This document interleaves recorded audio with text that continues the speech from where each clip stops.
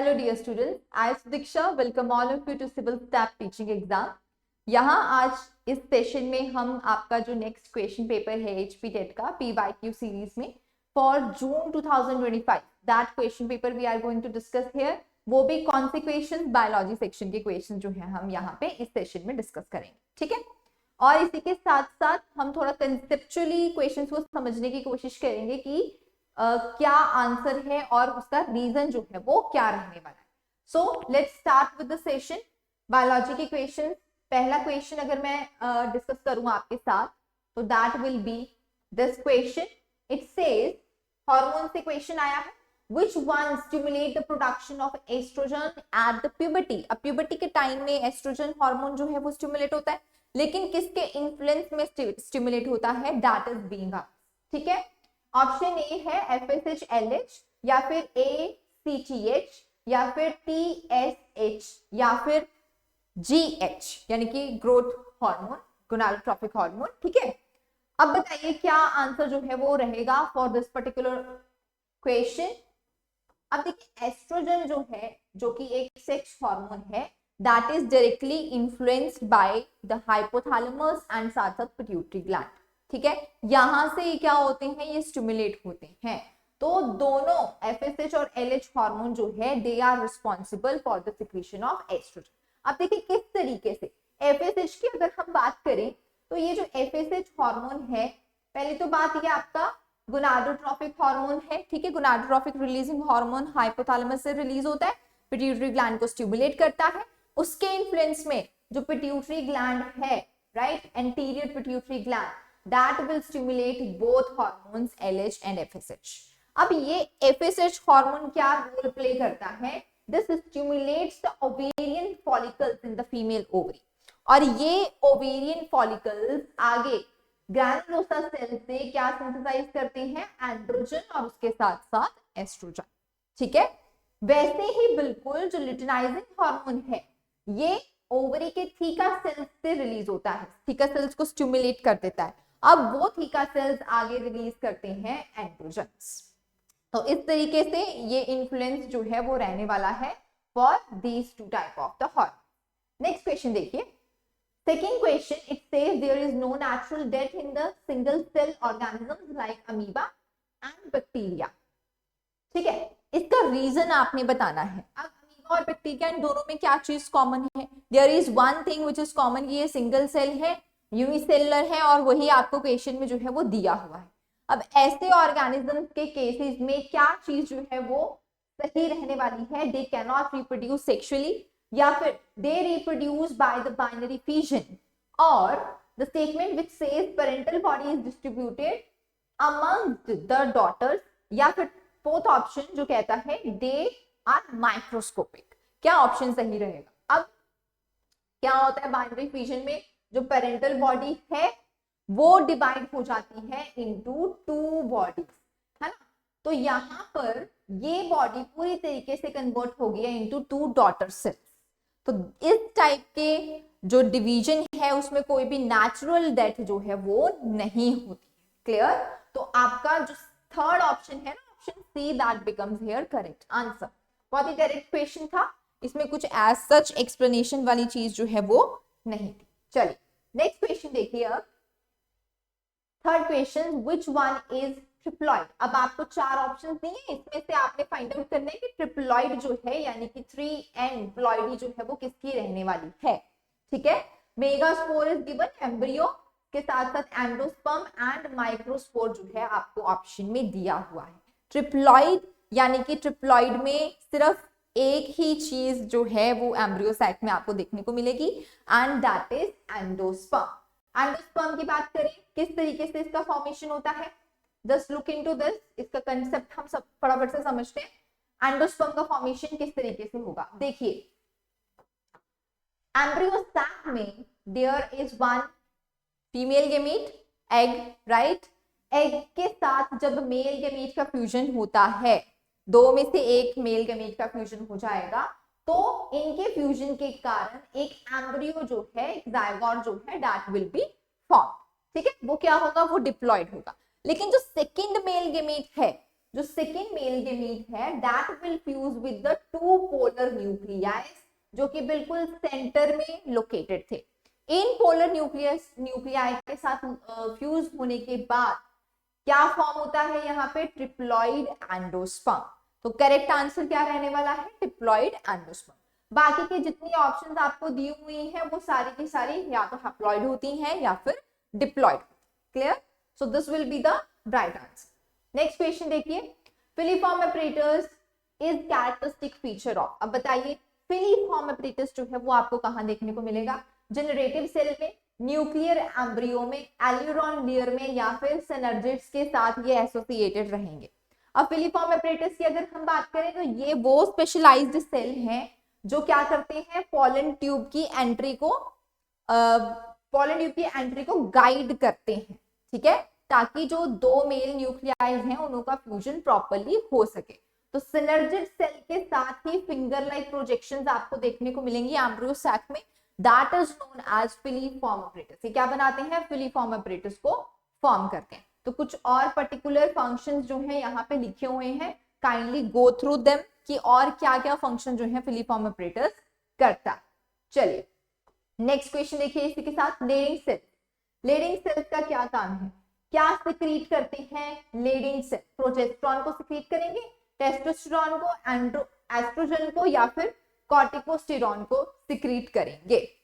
ये एनसीईआरटी का क्वेश्चन है, ठीक है, और ये डायरेक्ट क्वेश्चन आपको पूछा गया है। This is one of the most important question. Leydig cells जो हैं they are specialised for the secretion of androgen. क्या लिखा हुआ है एनसीईआरटी में? एंड्रोजन लिखा हुआ। और male androgen is only one type, कौन सा? That is testosterone. तो आपका करेक्ट आंसर क्या हो जाएगा यहाँ पे? Option B, that is testosterone.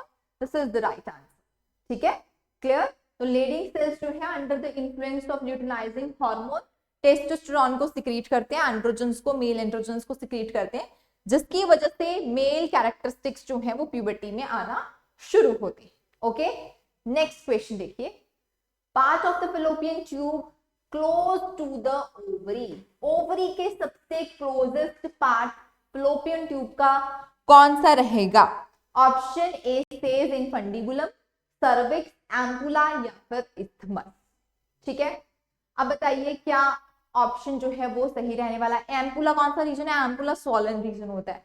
Isthmus कौन सा रीजन है? जो एम्पुला के साथ ही जस्ट प्रेजेंट होता है। वहां पर फैलोपियन ट्यूब के साथ ओवरी में इफ यू विल सी कुछ फिंगर लाइक प्रोजेक्शन जो है वो प्रेजेंट होती है ना।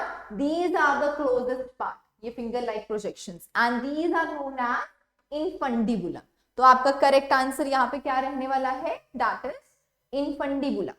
ओके जी, नेक्स्ट क्वेश्चन देखिए, which one of the following is the most widely accepted method of the contraception in the India as at present? widely accepted contraception method है India की पॉपुलेशन के लिए, डायफ्राम, आईयूडीज, सर्विकल कैप्स या फिर ट्यूबिक्टोमी। India में surrogacy का method, यानी कि जो इसमें सर्जिकल मेथड, सरोगेसी बोलो, सर्जिकल मेथड, ठीक है, जो आपका क्या रहेगा? ट्यूबिक्टोमी, ये वाइडली एक्सेप्टेड मेथड है परमानेंट अगर आप कंट्रासेप्शन चाहते हैं उस केस में। क्लियर, ठीक है। बाकी डायफ्राम, आईयूडीज जो कि केमिकल बेस्ड मेथड है, it is not so widely accepted. Cervical caps भी जो है वो वाइडली एक्सेप्टेड नहीं है। Fourth option that is the correct answer here, tubectomy, जिसमें क्या होगा? फीमेल स्टरलाइजेशन जो है वो कर दी जाएगी। जो फैलोपियन ट्यूब्स हैं दे आर टाइड, या फिर उन्हें कट करके टाइड कर दिया जाएगा, ठीक है। तो परमानेंट ब्लॉकेज जो है वहां पे हो जाएगा। This is highly effective method और ये परमानेंट मेथड है, इरिवर्सिबल आप इसको कंसीडर करेंगे, वापस से इसे अनडू नहीं किया जा सकता। नेक्स्ट क्वेश्चन देखिए, question number 8, sexually transmitted disease that can affect both male and female genitals and mainly damage करता है eye of the babies born of infected mother। अगर infected mother ने जन्म दिया है किसी बच्चे को तो उसमें आईज में जो है वहां इंफेक्शन देखने को मिलेगा, ठीक है। Second option is gonorrhoea, hepatitis, या फिर एड्स। अब इसमें से कौन सा ऑप्शन है, सारे ही आपके सेक्सुअली ट्रांसमिटेड डिजीज हैं, राइट। लेकिन जो ऑप्शन बी है दैट इज गोनोरिया, ये वो डिजीज है जहां पे आईज में डैमेज जो है वो देखा जाता है। This is one of the symptoms of this particular disease. बाकी के डिजीजेस में कॉमन सिम्टम्स रहेंगे लेकिन आईज जो है वो अफेक्ट नहीं होती। क्लियर? तो यहाँ पे आपका आंसर रहेगा option B. Kindly go through the symptoms. Syphilis की बात करें, यहाँ पे मल्टीपल ऑर्गन्स जो है वो अफेक्ट होते हैं, but these are not associated with the eye damage. Okay, next देखिए, हेपेटाइटिस प्राइमरली इफेक्ट करता है ये लिवर को।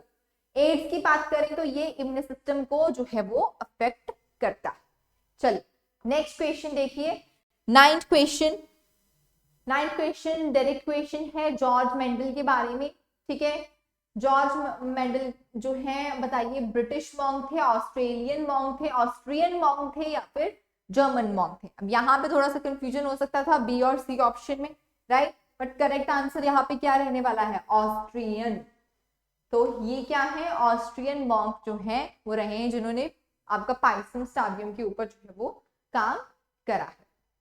ठीक है, और साथ ही साथ मेंडल के 3 लॉज जो हैं वो आपको दिए हैं। नेक्स्ट क्वेश्चन देखिए, question number 10, in human blood grouping the term ABO is used instead of ABC because of O refers.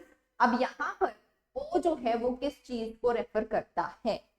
क्या ये कंडीशन बता रहा है no antigen on the red blood cell को, या फिर another antigen besides A and B जो कि O के ऊपर प्रेजेंट होते हैं? ओवर डोमिनेंस की बात करते हैं इसीलिए O लिखा गया है, या फिर one antibody either on A और B, इस चीज के रेफरेंस में जो है वो O आपको यहाँ पे दिया हुआ है। तो O blood group that is that one particular type of blood group जिसमें आपको किसी भी तरीके की एंटीबॉडी जो है सॉरी एंटीजन जो है वो देखने को नहीं मिलता है, राइट। तो आपका ऑप्शन ए यहाँ पर क्या हो जाएगा, that will be absolutely correct answer here. ठीक है जी, ऑप्शन ए क्या रहेगा आपका सही जवाब यहाँ पे रहने वाला है। Next question, question number 11, it says Khurana was awarded Nobel prize. NCERT का क्वेश्चन है, डायरेक्टली नोबेल प्राइज दिया गया था, किस चीज की डिस्कवरी के लिए इन्हें नोबेल प्राइज दिया गया है? क्या इन्होंने डीएनए की डिस्कवरी की है, आरएनए की डिस्कवरी की है, या फिर केमिकल सिंथेसिस किया है जीन का, और इन्होंने डिस्कवर किया है डीएनए पॉलीमरेजेस को? तो इनमें से आपको एनसीईआरटी में डायरेक्टली बताया गया है कि जो खुराना थे, है ना, इन्होंने काम किया था over the chemical synthesis of a gene.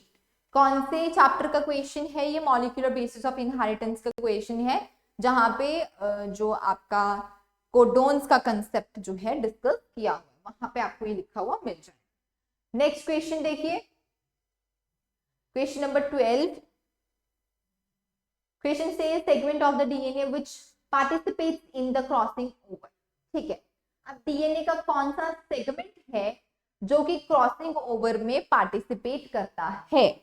Segment पूछा गया है। ठीक है, ऑप्शन ए सेज रेकॉन, या फिर सिस्ट्रॉन, या फिर म्यूटॉन, या फिर ओपरॉन।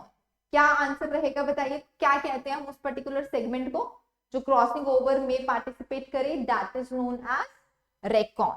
ओके, तो थोड़ा सा डीपली क्वेश्चन आपको पूछने की कोशिश की गई है यहाँ पे। अब रेकॉन जो है हम उस पर्टिकुलर सेगमेंट को कहते हैं, स्मॉलेस्ट सेगमेंट को जो रिकम्बिनेशन कर सकता है। वेयर एज सिस्ट्रॉन तो आपने पढ़ा है, एक फंक्शनल कोडोन को कहते हैं जो फंक्शन कर रहा है ना, किसी न किसी चीज का सिंथेसिस कर रहा है। म्यूटॉन जो है वो स्मॉलेस्ट म्यूटेशनल यूनिट को कहते हैं। वेयर एज ऑपरॉन ये एक रेगुलेटरी यूनिट है जो कि प्रोकैरियोट में आपको देखने को मिलेगा। ठीक है, क्रॉसिंग ओवर से इसका कोई भी रिलेशन नहीं था। Next question which is your question number 13, term hot dilute soup is used by। अब ये एवोल्यूशन का क्वेश्चन, हॉट डिल्यूट सूप जो है वो टर्म किसने यूज की थी? हाल्डेन ने यूज की थी, वॉन हेल्मोंट ने, पास्टर ने यूज की थी, या फिर ऑपेरिन ने इस टर्म को जो है वो यूज किया था? थोड़ा सा ये एवोल्यूशन की थ्योरीज का क्वेश्चन जो है वो आपको पूछा गया है। ठीक है, तो हाल्डेन की थ्योरी याद करिए। हाल्डेन ने जो है वो बात की है अबाउट अ मिक्सचर जिसे उसने डिस्क्राइब किया है as a hot dilute soup. Clear? तो आपका आंसर क्या रहेगा? That is Haldane. इन्होंने थ्योरी दी थी, the theory that was origin of life, जिसमें ही सजेस्टेड कि अर्थ जो है वो अर्ली फेजेस में अर्थ में ओशन जो है दैट वाज प्रेजेंट। उसमें आपको मिक्सचर्स मिलेंगे ऑर्गेनिक मॉलिक्यूल्स के, और वो मिक्सचर हाई टेम्परेचर के कारण और रिड्यूसिंग कंडीशन के कारण जो है वो रीअसेंबल हो गए।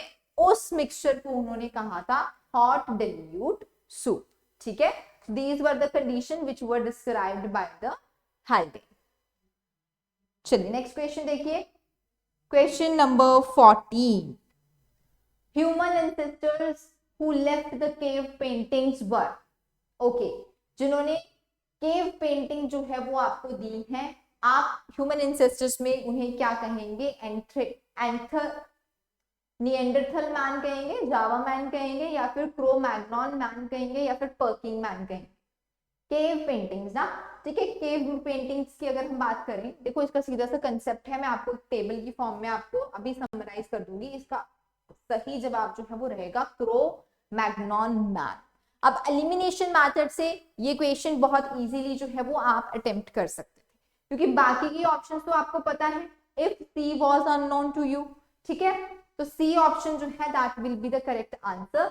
Just give a look at the table, सारा का सारा यहाँ पे एवोल्यूशन का समरी आपको मिल जाएगा देखने का, ह्यूमन एवोल्यूशन का। ड्रायोपिथिकस की अगर हम बात करें, ये सारे ही फीचर्स जो है वो इंपॉर्टेंट है, ठीक है। एनसीईआरटी के ही वर्ड से यहाँ पर ये टेबल जो है वो बनाया गया है। किसी भी तरीके का टूल जो है वो ड्रायोपिथिकस और रामापिथिकस द्वारा यूज नहीं किया गया, ओके। वहीं ऑस्ट्रेलियोपिथिकस की बात करें तो ऑस्ट्रेलियोपिथिकस जो बाइपेडल थे, जिन्होंने फर्स्ट टाइम अपराइट चलना शुरू किया था, ये क्रूड टूल्स का यूज यहाँ पर करते रहे हैं। क्लियर? होमो हैबिलिस की बात करें, होमो हैबिलिस को हम हैंडीमैन भी कहते हैं। ओमनीवेरस थे ये, यहाँ पर सिंपल स्टोन के बने हुए टूल्स जो हैं उनका यूज किया जाता था। होमो इरेक्टस की बात करें, होमो इरेक्टस जो है ये फुली इरेक्ट मैन जो है वो रहेगा। फायर का यूज यहाँ पर होना जो है वो शुरू हो गया है टूल्स के साथ साथ। होमो निएंडरथल मैन की बात करते हैं, ठीक है, ये हैं आपके केव ड्वेलर्स, लेकिन बरी करते हैं डेड को। एडवांस टूल्स का यूज जो है यहाँ पर शुरू किया गया था। केव में रहते थे और उसी के साथ साथ जो है ये अपने जो डेड पर्सन है उसको बरी करते थे। होमो सैपियंस की बात करें, homo sapiens are known as Cro-Magnon and these are the humans जो क्या करते हैं, केव पेंटिंग्स बनाते हैं। एंड आज के टाइम में which are homo sapiens sapiens, जो कि मॉडर्न मैन है। एग्रीकल्चर कल्चर जो है यहाँ पर इन्होंने देखा गया, ठीक है। So this was the question, this table is going to help you out for the human evolution. Next question देखिए, question number 15। It says that Darwin's finches जो है, डार्विन्स फिंचेस जो है आर गुड एग्जांपल ऑफ, किसकी good example है? Connecting link, adaptive radiation, convergent evolution, या फिर industrial मैनलिज्म के बारे में जो है डार्विन फिंचेस आपको बताते हैं। डार्विन फिंचेस का सीधा सीधा कंसेप्ट है, कंपटीशन को रिड्यूस करने के कारण उन्होंने अपनी ईटिंग हैबिट को क्या किया है, बाइफरगेट कर लिया है ना। तो एडप्टिव रेडिएशन का एग्जांपल जो है डार्विन फिंचेस रहे। You can go through the explanation also कि किस तरीके से उन्होंने कंपटीशन को यहाँ पे रिड्यूस किया है। नेक्स्ट देखिए, species as a unit of classification was employed by, अब बताइए स्पीशी को as a unit of classification जो है वो किसने डिफाइन किया है? मतलब स्पीशी की definition as a unit of classification किसने दी? हक्सले ने दी है, डी कैंडियल ने दी है, जॉन रे ने, या फिर लीनियस ने। तो सारा का सारा क्लासिफिकेशन का system that was given by Linnaeus.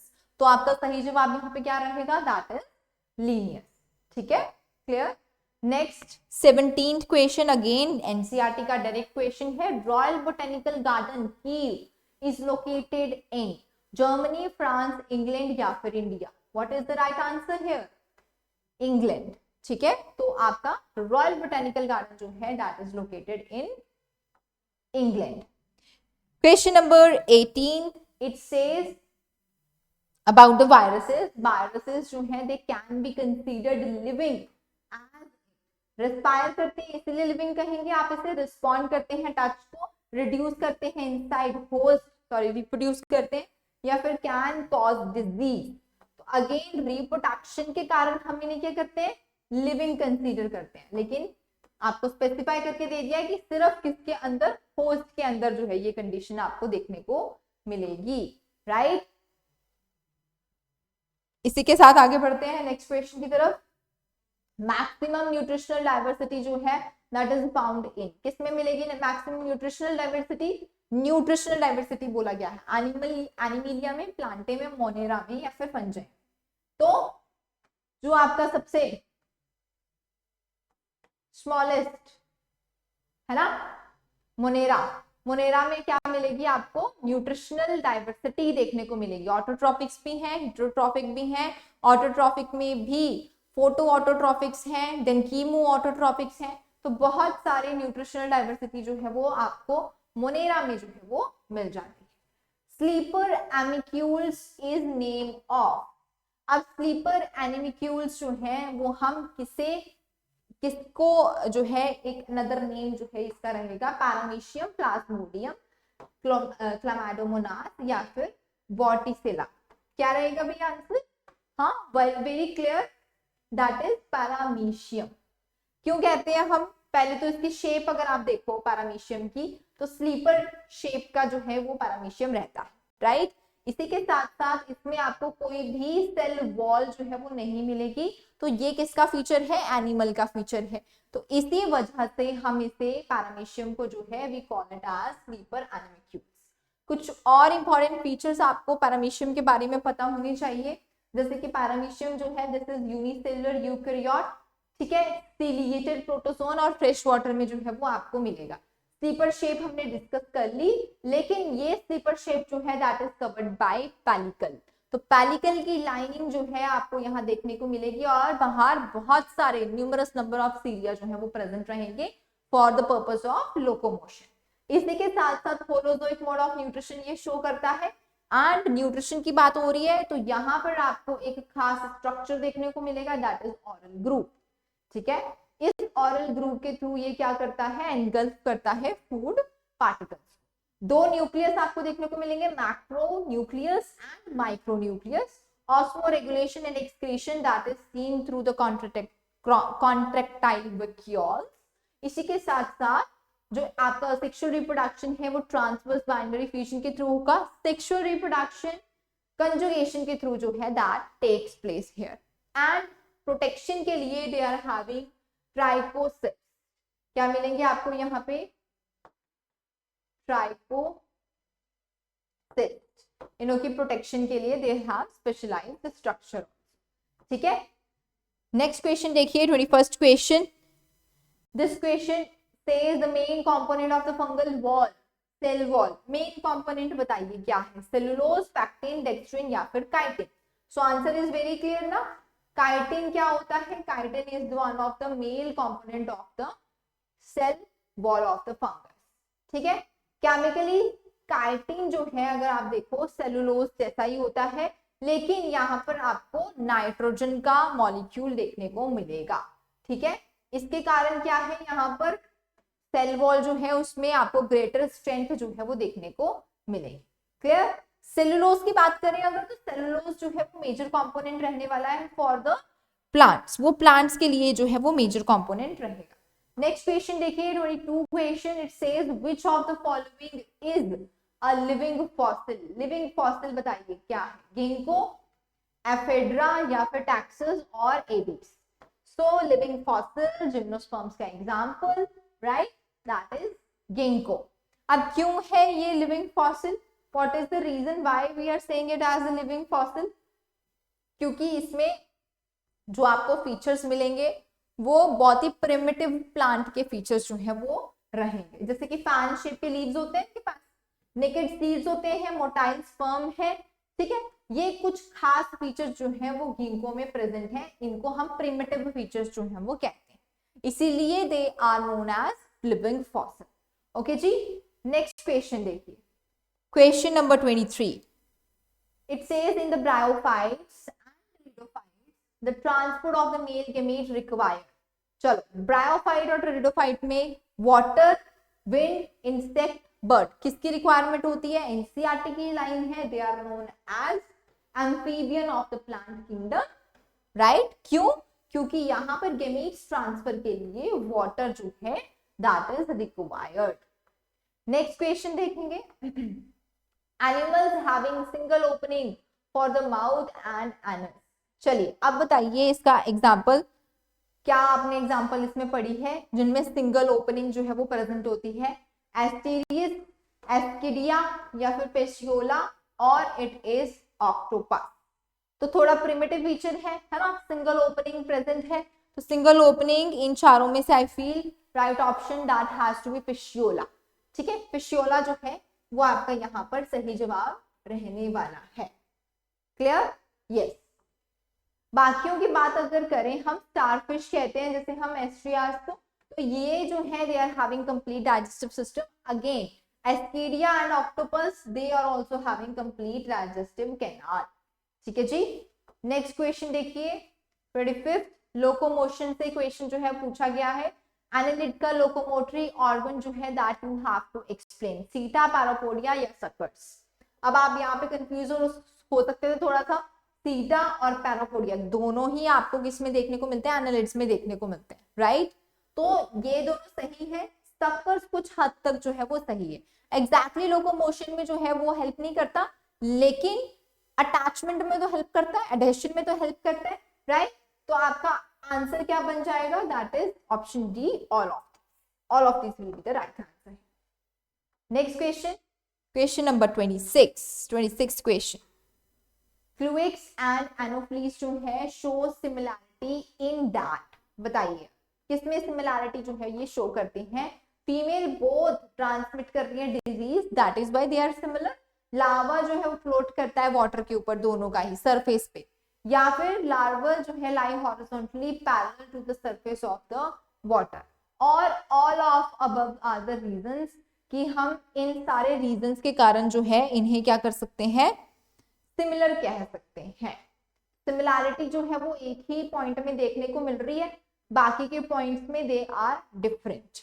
ठीक है, तो फीमेल क्लोइक्स एंड फीमेल एनोफ्लीज दोनों रिस्पॉन्सिबल हैं for the transmission of the disease. Whereas जो आपको बाकी फीचर्स दिए हुए थे है ना, लार्वा से एनोफ्ली का लार्वा जो है वो फ्लोट करता है horizontally parallel to the water surface. ठीक है, क्यों? क्योंकि इसके पास जो रेस्पिरेटरी ऑर्गन है सिफोन वो प्रेजेंट नहीं होता। वेयर एज क्लोइक्स लार्वा जो है वो ओब्लिकली जो है वो वाटर सरफेस पे लाई करेगा, ओब्लिकली लाई करेगा, नॉट पैरेलल। तो यहाँ पर क्यों है ऐसा? क्योंकि इनके पास रेस्पिरेटरी सिफोन ट्यूब जो है वो प्रेजेंट। ओके, तो बाकी के पॉइंट्स जो है वो डिफरेंशिएट कर रहे थे, लेकिन जो एक पॉइंट था ट्रांसमिशन का, that is by female mosquito, that was right here. Next question देखिए 27th question. In the mosquitoes sex determination can be done on the basis of. किसके बेसिस पे मॉस्किटोज में हम सेक्स डिटर्मिनेशन कर सकते हैं, यानी कि वो डायमॉर्फिज्म वहां पे शो कर रहे हैं। Size of the wing, antenna and maxillary palps, या फिर ऑसिलाई जो कि उसके आई का पार्ट है, इसके थ्रू हम यहाँ पर डिफरेंशिएट कर सकते हैं।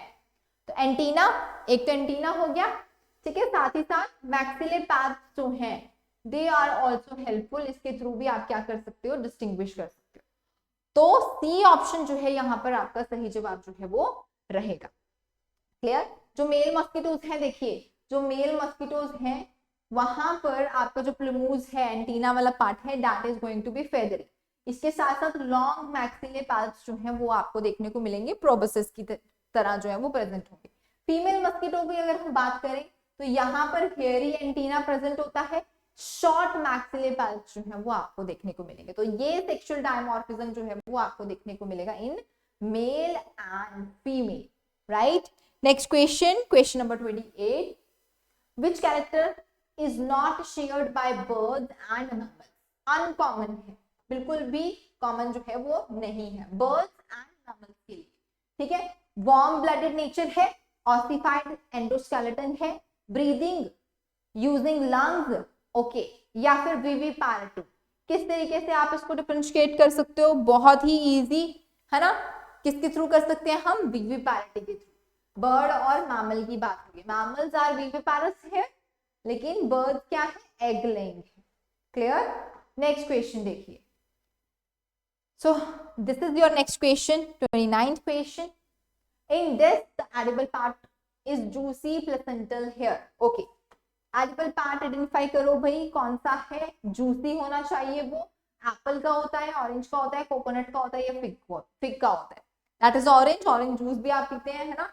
तो सबसे ज्यादा जूसी जो है वो क्या रहेगा, एडिबल पार्ट।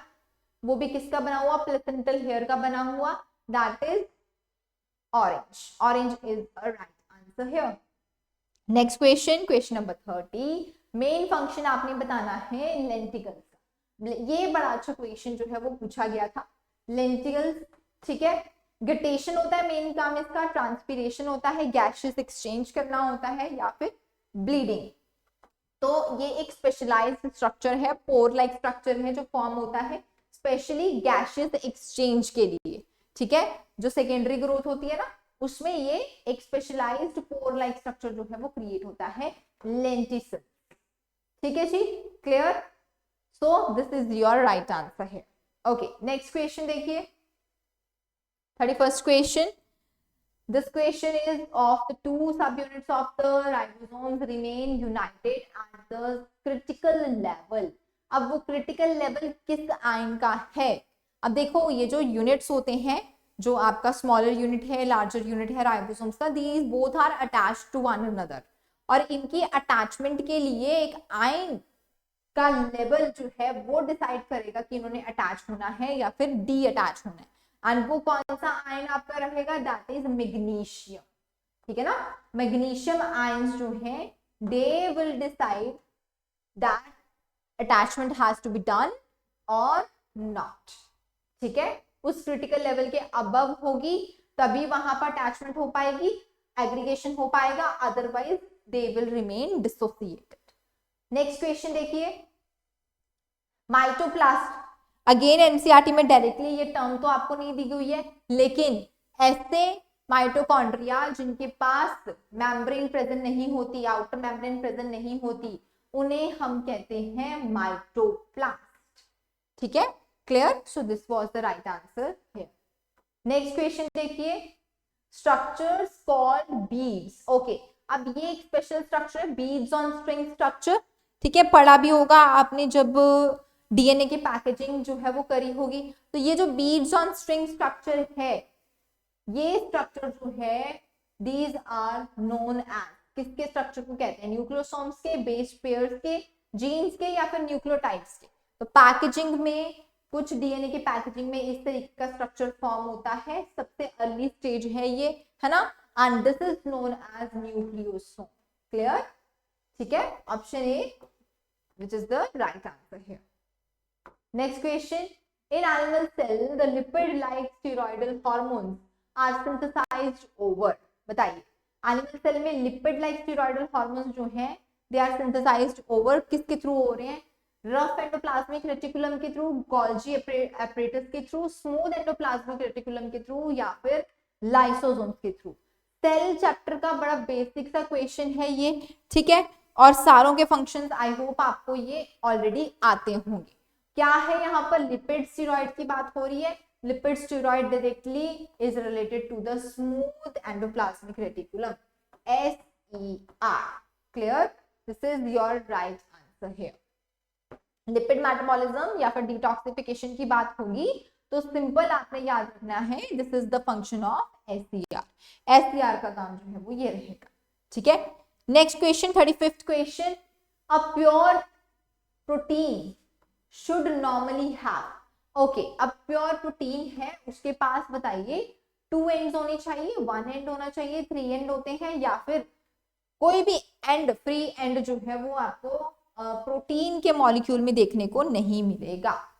नॉर्मली कितने टर्मिनल्स प्रेजेंट होते हैं ये आपको पूछा गया, ठीक है। तो 2 टर्मिनल होते हैं, कोई भी प्रोटीन है नॉर्मल प्योर प्रोटीन, कोई भी उसमें फोल्डिंग वगैरह नहीं हुई है, तो ऐसे प्रोटीन्स में आपको दो एंड्स देखने को मिलेंगे, एक होता है अमाइनो टर्मिनल, दूसरा होता है कार्बोक्सिल टर्मिनल जिसमें कार्बोक्सिल ग्रुप लगा होता है, यहाँ पे अमीन ग्रुप लगा होता है। क्लियर?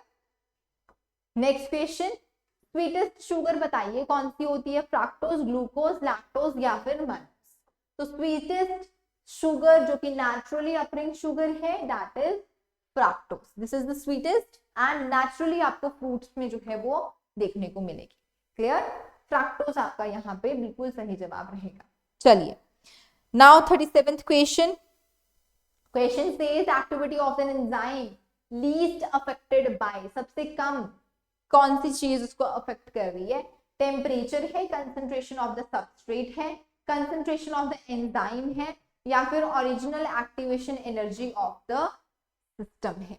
बताइए, अब एक्टिवेशन एनर्जी आ गया ना वर्ड, यहीं से आप इसको डायरेक्टली पहचान सकते हो, है ना। तो जो एंजाइम एक्टिविटी है सबसे ज्यादा कम, लीस्ट अफेक्टेड है by the original activation energy. Activation energy जो है वो आपके जो एंजाइम एक्टिविटी है उसको इन्फ्लुएंस नहीं करती है। क्लियर?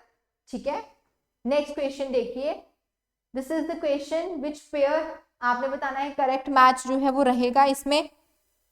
ठीक है, options are given as guanine, adenine and purine, ये दोनों प्यूरिन के एग्जांपल हैं ए जी, या फिर करेक्ट बताना है रॉन्गली, रॉन्गली बताना है, रॉन्गली। ठीक है, थायमिन, यूरेसिल पिरामिड्स में आते हैं, पिरामिडीन्स में, एडेनिन थायमिन जो है वो प्यूरिन्स में आता है, या फिर यूरेसिल और साइटोसिन पिरामिडीन्स में आते हैं। तो हमेशा याद रखना है ए जी दीज आर प्यूरिन, ये आपका बिल्कुल सही है। इफ दिस इज करेक्ट तो एडेनिन के साथ यहाँ थायमिन कहां से आ गया, राइट? तो सी ऑप्शन क्या है आपका गलत जवाब यहाँ पर रहेगा, this is the wrong match. So purines में एडेनिन एंड ग्वानिन, पिरामिडीन्स में साइटोसिन, यूरेसिल एंड थायमिन। ऐसे ही आपको जो अभी प्रीवियस क्वेश्चन, अगर प्रीवियस वीडियो अगर आपने देखा है नवंबर वाला पेपर जो 2025 में हुआ है, वहां पर आपको क्वेश्चन पूछा गया है कि ए और जी में बताइए, ए और टी में, थायमीन में बताइए कितने हाइड्रोजन बॉन्ड्स जो है वो प्रेजेंट होते हैं। This question was asked. ठीक है, नाइट्रोजन बेसिस से जो है वो क्वेश्चन पूछ लिया जाता है। नेक्स्ट क्वेश्चन देखिए, this is your next question, बताइए energy has been stored but cell differentiated due to some specific condition. अब वर्ड आ गया डिफरेंशिएटेड, डिफरेंशिएटेड हो चुका है, सेल क्वेसिक्वेंट स्टेज में एंटर कर चुका है, दैट मीन्स कौन सी स्टेज है ये, जी नॉट, है ना, जी नॉट फेज जो है वो रहने वाला है, एक्टिव है, डिफरेंशिएट जो है वो हो चुका है, रेस्टिंग फेज भी आप इसको कह सकते हैं। क्लियर? ठीक है, नेक्स्ट क्वेश्चन देखिए, main protein of the mitotic spindle. Yes, this is again a good question. Main protein की बात की है यहाँ पर, मेन प्रोटीन कौन सा होता है, डायनिन होता है, ट्यूबुलिन होता है, मायोसिन होता है या फिर ट्रिप्टोमायोसिन होता है। अब जो आपका माइटोटिक स्पिंडल है वो मेनली बना है ट्यूबुलिन प्रोटीन से, ठीक है, लेकिन डायनिन प्रोटीन भी प्रेजेंट होता है but it is not one of the main proteins. ये एक मोटर प्रोटीन की तरह जो है वो एक्ट करता है ताकि मैक्रोट्यूब्यूल्स जो है वो आपस में एसोसिएटेड रहे। ठीक है, और ये माइक्रोट्यूब्यूल्स किसके बने होते हैं, these are formed of the tubulin protein, जिसका स्पिंडल फाइबर जो है वो फॉर्म हुआ। Okay, clear? नेक्स्ट क्वेश्चन देखिए, synaptonemal complex. Yes, this is again a good question, और यहाँ पर आपको सारी स्टेजेस जो है वो स्पेसिफिकली पता होनी चाहिए कि किस स्टेज का जो है वो क्या काम।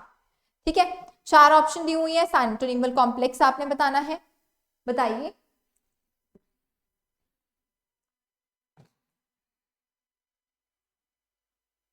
जाइगोटीन, लिप्टोटीन, डायकाइनेसिस या फिर पेचिटीन। सारी चीजें की बात करेंगे वन बाय वन। यहाँ पे सही जवाब जो है वो क्या रहने वाला है आपका, जाइगोटीन। ठीक है, जाइगोटीन क्या है यहाँ पे, बिल्कुल सही जवाब रहेगा। क्या होता है साइनेप्टोनीमल कॉम्प्लेक्स, हम बेसिकली किसको बोलते हैं, जब आपका जो दो होमोलोगस, होमोलोगस यानी कि सेम साइज सेम शेप के क्रोमोसोम्स एक मदर से मिला है and same that shape and size का क्रोमोसोम जो फादर से मिला है, राइट, उन दोनों की पेयरिंग होती है, these are known as homologous chromosome. अब ये होमोलोगस क्रोमोसोम्स जो हैं they are attached to each other, कब होती है, these attached to each other in the zygotene stage, pairing हो जाएगी, वहां पे इसे हम कहते हैं that they have formed the synaptonemal complex, ताकि आगे क्रॉसिंग ओवर जो है वो हो सके। तो बेसिकली एक तरीका प्रोवाइड कर रहे हैं जिसके थ्रू जो है वो जेनेटिक मटेरियल क्या करेगा, वहां पे एक्सचेंज करेगा। ठीक है, clear? So this is how the complex जो है they are glued to each other, chromosomes are glued to each other. बाकी के स्टेजेस की बात करते हैं, देखिए बहुत इंपॉर्टेंट, लिप्टोटीन। लिप्टोटीन में क्रोमोसोम्स जो है बहुत ही थिन विजिबल होते हैं, लेकिन कंडेंसेशन अभी कर रहे हैं, ठीक है, थ्रेड की फॉर्म में आपको देखने को मिलेंगे। जाइगोटीन में साइनेप्सिस होना शुरू हो जाएगा, होमोलोगस क्रोमोसोम्स जो है वो पास आना शुरू कर देंगे। ठीक है, तो साइनेप्सिस एंड साइनेप्टोनीमल कॉम्प्लेक्स यहाँ पैचेटीन में आया है, बट हम इसे जाइगोटीन में ही कंसीडर करेंगे। पैचेटीन की बात करें, पैचेटीन जो है वहां पे साइनेप्टोनीमल कॉम्प्लेक्स जो बना था वो अभी प्रेजेंट है, वो अभी यहाँ पे अटैच्ड ही रहेंगे, लेकिन यहाँ पर क्या हो जाएगी, क्रॉसिंग ओवर हो जाएगी। तो पैचेटीन को आप रिकॉग्नाइज करेंगे क्रॉसिंग ओवर। ठीक है, नेक्स्ट है डिप्लोटीन। डिप्लोटीन में क्यास्माटा जो है वो विजिबल होता है, क्रॉसिंग ओवर जो है वो जहां पे हुई है वो साइड आपको दिखाई देती है। डायकाइनेसिस वो स्टेज है जिसमें क्यास्माटा की टर्मिनलाइजेशन हो जाएगी, क्रोमोसोम्स जो है वो यहाँ पर डिसअपियर होना शुरू हो जाएंगे। ठीक है, क्लियर? तो ये आपकी स्टेजेस जो है वो रहेंगी फॉर प्रोफेज 1। नेक्स्ट क्वेश्चन देखिए, अगेन आपका क्वेश्चन जो है वो मियोसिस का क्वेश्चन जो आपको पूछा गया। ठीक है, question says exchange of the segment between the parental and the maternal chromosomes during the meiosis. Okay, बताइए क्या कहेंगे उस सेगमेंट को जो एक्सचेंज हुआ है, साइनेप्सिस कहेंगे, डायड कहेंगे, बाइवेलेंट फॉर्मेशन कहोगे, या फिर क्रॉसिंग ओवर कहोगे? यहाँ पर एक्सचेंज सेगमेंट की बात की गई है, किसकी बात की गई है, सेगमेंट की, और ऐसे सेगमेंट को हम क्या कहते हैं, we call it as crossing over. Exchange word आ गया तो ऑब्वियसली आंसर आपका क्या रहने वाला है, दैट इज क्रॉसिंग ओवर। ठीक है, सो इस तरीके से सेगमेंट्स का क्या होता है, यहाँ एक्सचेंज होता है। चलिए next question, water potential is maximum in case of, किस में होता है मैक्सिमम, प्योर वाटर में, 2% ग्लूकोज में, 10% ग्लूकोज में, या फिर 10% NaCl में। अब प्योर वाटर है, प्योर वाटर का वाटर पोटेंशियल सबसे ज्यादा होता है, कितना, दैट इज 0। उसके बाद जो जो आप ऐड करते जाओगे उसके अकॉर्डिंग वो नेगेटिव वाटर पोटेंशियल की तरफ जो है वो जाता जाए। क्लियर? तो सही जवाब क्या हुआ फिर, that is option A.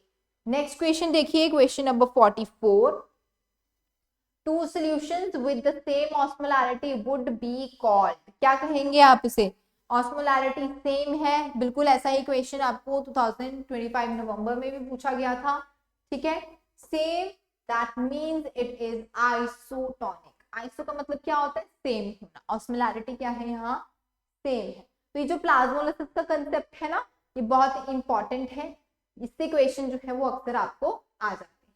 Next question देखिए, during the ascent water columns present inside the vessel and the tracheids does not rupture due to, क्यों रप्चर नहीं करते हैं, ट्रांसपिरेशन पुल वहां पे काम कर रहा है, वहां पर वीक ग्रेविटेशनल पुल काम कर रहा है, लिग्निफाइड थिक वॉल्स काम कर रही है, या फिर कोहेशन और एडिशन के कारण वो जो एसेंट है वो कंटिन्यू रहता है। तो यहाँ पर आपकी मास फ्लो हाइपोथेसिस आ जाती है। मास फ्लो हाइपोथेसिस किसकी बात करती है, कोहेशन एंड एडिशन की, है ना। अब देखो जरा इसको समझो, कोहेशन और एडिशन का क्या मतलब है। यहाँ पर अगर मैं कोहेशन की बात कर रही हूँ तो कोहेशन का मतलब है कि एक वाटर मॉलिक्यूल दूसरे वाटर मॉलिक्यूल के साथ कुछ इंटरमॉलिक्यूलर बॉन्डिंग के थ्रू क्या है, अटैच्ड है। ठीक है, इसके कारण वाटर जो है वो एक कॉन्टिन्यूअस फ्लो में रहेगा वहां। साथ ही साथ ये जो वाटर मॉलिक्यूल है वो एडहेस भी है। एडहेस किसके साथ है, एडहेशन किसके साथ है इसका, जाइलम के साथ, जाइलम के साथ। तो वहां पर एक कॉन्टिन्यू कनेक्शन जो है वो बना रहता है। ठीक है, तो ये दो वर्ड्स जो हैं क्या डिस्क्राइब कर रहे हैं, किस चीज के बारे में बात कर रहे हैं, वो आपको क्लियर होना चाहिए। नेक्स्ट क्वेश्चन देखिए, the process of water exudation from the हाइड्रोथॉर्ड्स इज नोन एज, क्या कहेंगे आप इसको, गटेशन कहेंगे, ट्रांसपिरेशन कहेंगे, इवेपोरेशन कहेंगे, या फिर ब्लीडिंग कहेंगे। हाइड्रोथॉर्ड्स बता दिया, इन सेल से जो है वो वाटर लॉस हो रहा है, this is known as guttation. ठीक है, ड्रॉप बाय ड्रॉप वाटर का लॉस होता है फ्रॉम द एजेस, एजेस में क्या है, हाइड्रोथॉर्ड्स आर प्रेजेंट ना, राइट। सो अर्ली मॉर्निंग में आपको ये जो फिनोमिना है वो देखने को मिलता है, and this is known as guttation. Next hydroponics का क्वेश्चन है, हाइड्रोपोनिक्स आपने बताना है ग्रोइंग प्लांट किसमें ग्रो करते हैं हम, कल्चर टिश्यू बनाते हैं, मीडियम बनाते हैं, या फिर सोल्यूशन मिनरल और न्यूट्रिएंट बनाते हैं सॉइल के ऊपर या फिर वाटर के ऊपर। सो हाइड्रो वर्ड आ गया, हाइड्रो से आप पहचान सकते हो ये एक ऐसी टेक्निक है जिसमें हम इसको वाटर के ऊपर ही, प्लांट्स को जो है वो वाटर के ऊपर ही क्या करवा रहे हैं, ग्रो करवा रहे हैं, है ना। लेकिन यहाँ पे एक ऑप्शन में आपको दिया हुआ है सोल्यूशन ऑफ मिनरल न्यूट्रिएंट्स, तो यहाँ पर भी सोल्यूशन किस चीज का है, वाटर का है, और इस वाटर में हम क्या ऐड करते हैं, मिनरल न्यूट्रिएंट्स भी ऐड करते हैं। तो इन दोनों में से ज्यादा सही option if I have to choose, तो आपका ऑप्शन बी जो है that will be the right answer. ठीक है, ऑप्शन बी को मैं कंसीडर करूंगी यहाँ पर कि ये आपका क्या है, सही जवाब है, ना कि सिर्फ वाटर, क्योंकि कुछ हार्मोन्स और नीड बेसिस पे कुछ न्यूट्रिएंट जो है वो भी हम सोल्यूशन में ऐड ऑन करते हैं। ठीक है, नेक्स्ट क्वेश्चन देखिए, हाइड्रोपोनिक्स का ही क्वेश्चन था ये। नेक्स्ट देखिए, in plant zinc takes part in, ठीक है, अब प्लांट्स में जो जिंक है that takes part in what, sugar transport, activation of the enzyme, या फिर सेल इलोंगेशन, या फिर पॉलन जर्मिनेशन, किस चीज में जो है ये काम करता है, प्लांट्स में। ओके, प्लांट्स में जिंक का जो है वो क्या फंक्शन जो है वो रहेगा, दिस इज द क्वेश्चन ना, एक्टिवेशन ऑफ एंजाइम। ठीक है, activation of enzyme that is here is the correct answer, क्योंकि सेल इलोंगेशन में भी जिंक का रोल नहीं है, पॉलन जर्मिनेशन में तो हार्मोन्स आ जाएंगे, और जो आपका शुगर ट्रांसपोर्ट है, अगेन ट्रांसपोर्ट में जिंक का कोई भी काम जो है वो नहीं रहेगा। क्लियर, ठीक है। नेक्स्ट क्वेश्चन देखिए, which one of the following bacterium causes denitrification? Okay, this is a very good question.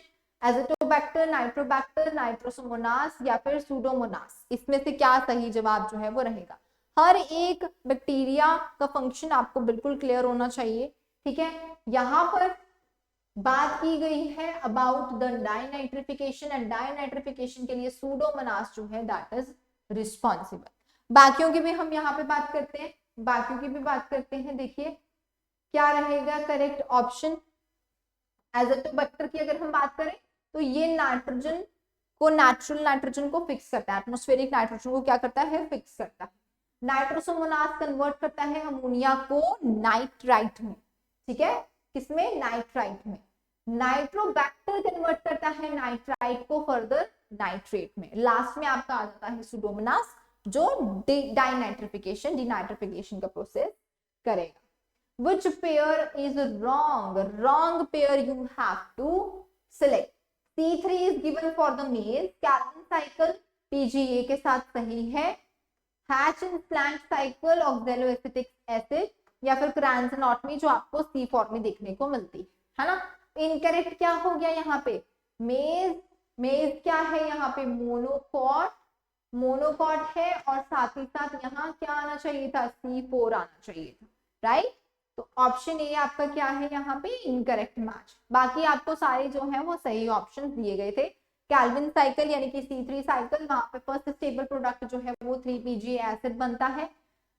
ठीक है, हैच एंड प्लैंक ने डिस्कवर किया था C3 पाथवे को। क्लियर, ऑक्सैलोएसिटिक एसिड वाला ऑप्शन भी सही था। क्रांसनॉटमी जो कि आपका C4 के साथ बिल्कुल करेक्ट मैच जो है वो रहेगा।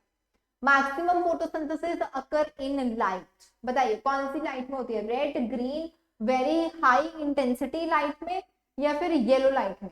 अब यहाँ पे मैक्सिमम फोटोसिंथेसिस की बात हो रही है ना, तो मैक्सिमम फोटोसिंथेसिस जो है वो आपको कब देखने को मिलेगी, जब वहां पे मैक्सिमम एब्जॉर्प्शन जो है वो हो रहा है। और मैक्सिमम एब्जॉर्प्शन जो है वो कौन सी लाइट में होता है, that is in the red light. ठीक है, रेड लाइट। आप आपकी एनसीईआरटी में ना एक डायग्राम बना हुआ है, ग्राफ बना हुआ है लाइट का, रेड लाइट का और ब्लू लाइट का, उन दोनों को कंपेयर किया गया है। आज उस डायग्राम को जरूर देखना, वहां पे पीक जो है वो आपको रेड लाइट में देखने को मिल रही है for the photosynthesis. Okay, clear. So photosynthesis जो है that depends upon the absorption spectrum, और क्लोरोफिल जो है वो एब्जॉर्ब करती है रेड एंड ब्लू लाइट को। सबसे ज्यादा एफिशिएंटली रेड लाइट में होगी, which is about 660 to 680 nanometre. Clear, most effective जो है वेवलेंथ ये रहेगा। नेक्स्ट देखिए question, in which cell of the leaf pyruvate is converted into the PEP in the C4 pathway. ठीक है, C4 पाथवे की बात हो रही है ना। C4 पाथवे में आपका कंपाउंड देखो यहाँ पे कौन सा बन रहा है, कंपाउंड जो बन रहा है दैट इज लीफ। लीफ में बन रहा है पायरुवेट, उसको कन्वर्ट कर रहे हैं हम पेप में। किसमें कन्वर्ट कर रहे हैं, पेप में। तो ये पेप जो है वो किसमें फॉर्म होता है, एपिडर्मल सेल्स में होता है, मेसोफिल सेल्स में होता है, बंडल शीथ सेल्स में होता है, या फिर ये गार्ड सेल्स में होता है। अब ये दोनों क्रांस एनाटॉमी का पार्ट है, लेकिन जो आपका पेप फॉर्मेशन है वो मेसोफिल सेल में होता है। ठीक है, बंडल शीथ सेल में नहीं होगा, किसमें होगा, मेसोफिल सेल में। बी ऑप्शन जो है that is your correct answer है। बंडल शीथ सेल्स जो है वहां पे कैल्विन साइकिल वाला काम, C3 वाला काम जो है वो कंटिन्यू होगा। Next question, what is true for the Krebs cycle. इन चारों स्टेटमेंट को पढ़ो ध्यान से। इन चारों में से देखो कौन सी स्टेटमेंट जो है वो क्रैब साइकिल को बिल्कुल सही तरीके से जो है वो एक्सप्लेन कर रही है। ठीक है, option A says formation of the ATP और जीटीपी, जी बिल्कुल होता है ना। अच्छा, और एटीपी एंड जीटीपी नहीं, क्रैब साइकिल की बात होगी। टू कार्बोक्सिलेशन क्या ये होती है, या फिर एसिटाइल कोएंजाइम ए कंबाइन करता है विद ऑक्सैलोएसिटिक एसिड। ओके ठीक है, ऑल ऑफ दीज भी आपको ऑप्शन में दिया हुआ है ना। तो सारी ऑप्शन जो है वो क्या है, यहाँ करेक्ट है। एटीपी भी बनता है, उसके साथ साथ आपका जीडीपी भी बनता है। टू कार्बोक्सिलेशन जब उसको साइकिल में एंटर करना है उससे पहले ही दो कार्बोक्सिलेशन जो है ऑक्सैलोएसिटिक एसिड की होती है ना। एसिटाइल कोएंजाइम ए कंबाइन करता है ऑक्सैलोएसिटिक एसिड के साथ, तभी वहां पर फर्स्ट कंपाउंड जो है वो फॉर्म होता है। तो this is the answer, fourth will be the right answer, all of these. Look at the cycle, cycle देखिए जरा, दिस इज द साइकिल। तो acetyl coenzyme A oxalo acetic acid के साथ कंबाइन करके डीकार्बोक्सिलेशन यहाँ पर हो चुकी हैं, 2 CO2 ऑलरेडी निकल चुके हैं, तब जाके यहाँ पे क्या फॉर्म हुआ, सिट्रेट फॉर्म हुआ, आइसोमराइजेशन हुआ, NADH जो है यहाँ पे निकला, again decarboxylation, again alpha ketoglutaric acid की क्या होगी यहाँ डीकार्बोक्सिलेशन, NADPH जो है वो फॉर्म होगा। यहाँ पे ATP या फिर GDP जो है that will B form succinyl coenzyme A. ठीक है, क्या आया या सक्सिनेट आया, यहाँ पर FADH2 भी फॉर्म हुआ एंड फ्यूमरेट जो है वो फॉर्म हुआ। Fumarate is converted into malate and malate से फर्दर जो है फॉस्फोराइलेशन होगी एंड ऑक्सैलोएसिटिक एसिड जो है वो फॉर्म होगा। सो this is the citric acid cycle जो आपको पूछा गया। Fermentation, fermentation produces alcohol and fat produce करता है, acetic acid and protein produce करता है, ईथर एंड एसीटोन, या फिर अल्कोहल और लैक्टिक एसिड की प्रोडक्शन जो है फर्मेंटेशन में होती है। बहुत ही क्लियर है ना आंसर। ठीक है, क्या रहेगा, अल्कोहल, राइट, और अल्कोहल के साथ साथ क्या प्रोड्यूस हो रहा है यहाँ, lactic acid. This is the process of fermentation. Next question देखिए, HCl is secreted by oxalatic cells, peptic cells, zymogens या फिर none of above। अगेन ये क्वेश्चन भी PYQs में से रिपीटेड ही है। HCl जो है that is secreted by oxyntic cells, oxyntic cells जो है वो सिक्रेट करते हैं HCl को।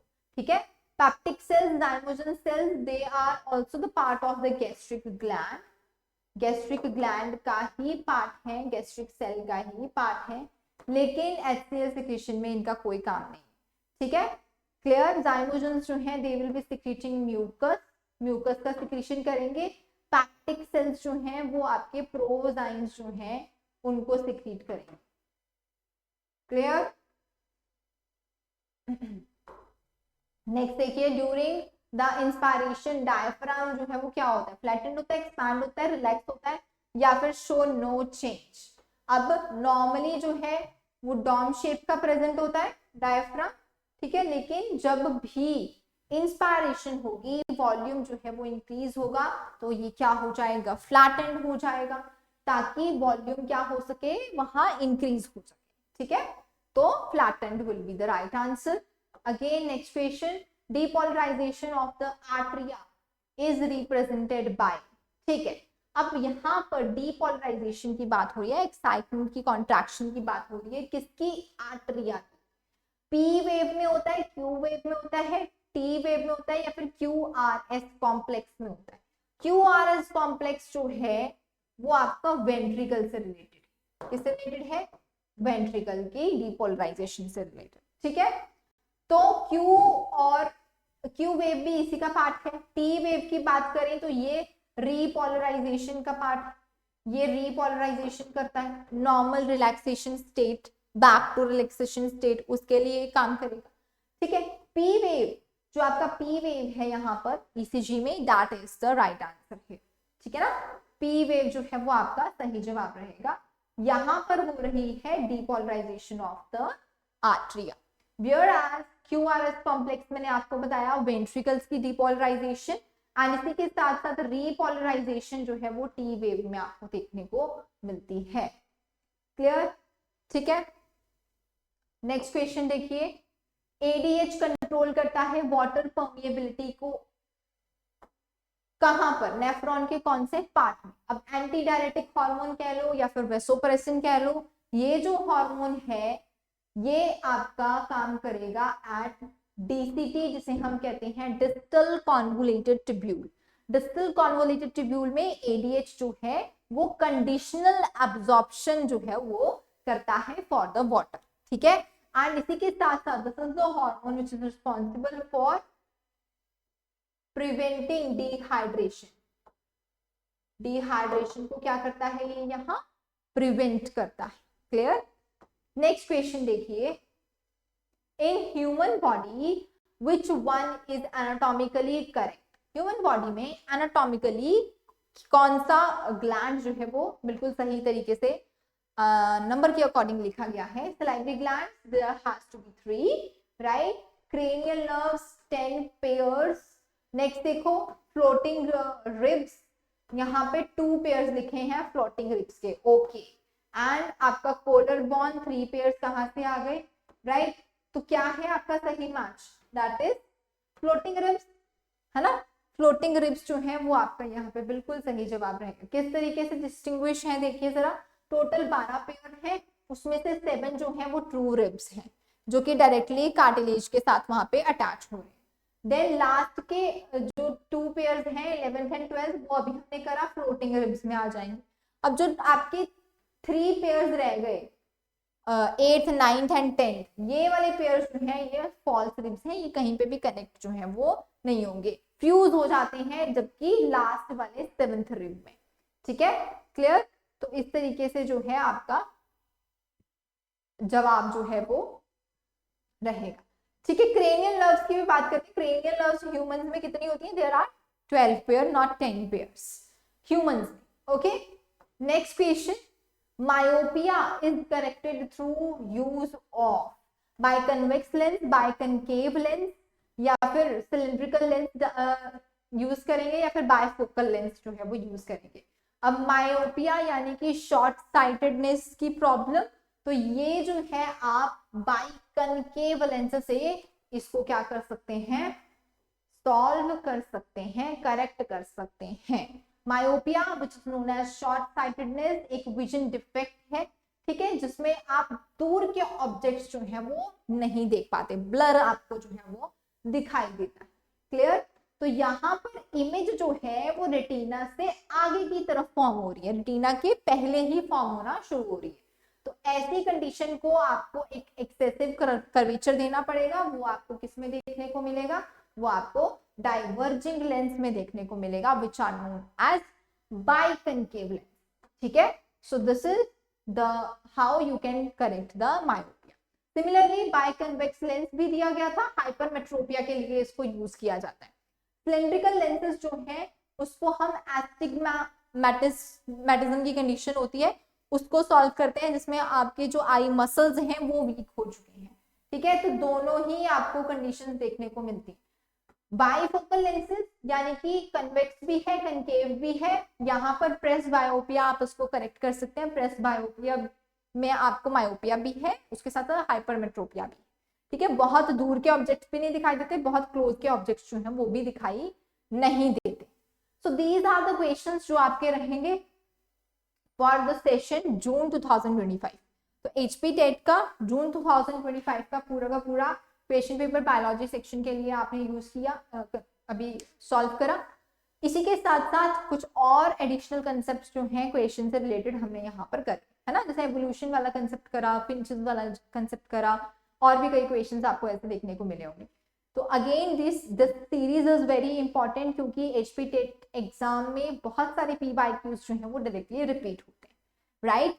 इसी के साथ साथ अब अगली क्लास में अगेन 2024 का पेपर जो है वो हम टारगेट करेंगे और उसको सॉल्व करेंगे। ठीक है जी, okay, bye bye, take care.